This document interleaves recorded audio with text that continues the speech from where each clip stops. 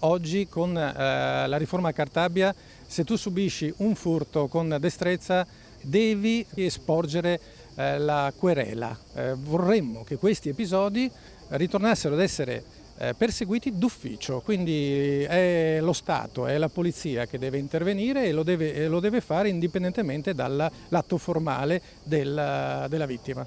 Quello che ai meno esperti in giurisprudenza potrà apparire come un dettaglio tecnico è in realtà, secondo la proposta di legge della Lega, la chiave di volta in grado di stroncare la piaga del borseggio. I sottosegretari alla giustizia Andrea Ostellari e all'interno Nicola Molteni intendono superare ciò che nella riforma del sistema giudiziario che prende il nome dell'ex ministra Marta Cartabia si è rivelato un punto debole, l'obbligo della denuncia. E non solo quello. Un altro problema che c'era stato con la Cartabia era che bisognava essere presenti fisicamente al processo e molti turisti sono stranieri, chiaramente non ci possono essere. Questo non sarà più ovviamente necessario e il procedimento che inizia quindi con l'atto formale delle forze dell'ordine proseguirà anche dopo. Già nel decreto giustizia era contenuto un primo provvedimento che si inquadra anche nella lotta al borseggio. Viene concesso al magistrato la possibilità di poter applicare nei confronti delle donne incinte con prole da 1 a 3 anni che commettono reati, tendenzialmente reati diciamo così, contro il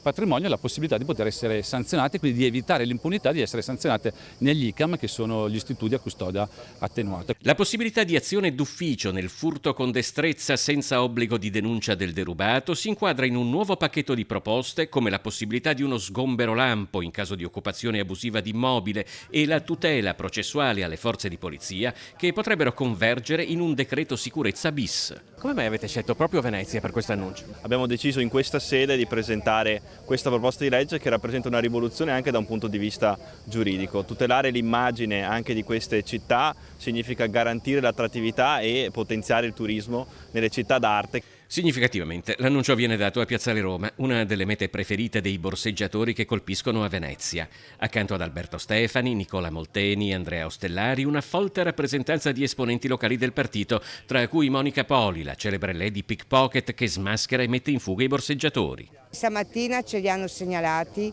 i primi al pontile del Tronchetto. Erano i primi al pontile del Tronchetto. Questi hanno fatto Tronchetto, Arsenale e Murano. E il problema ce l'abbiamo anche alla fermata dell'ospedale, perché si sono messi anche lì proprio per borseggiare gli anziani.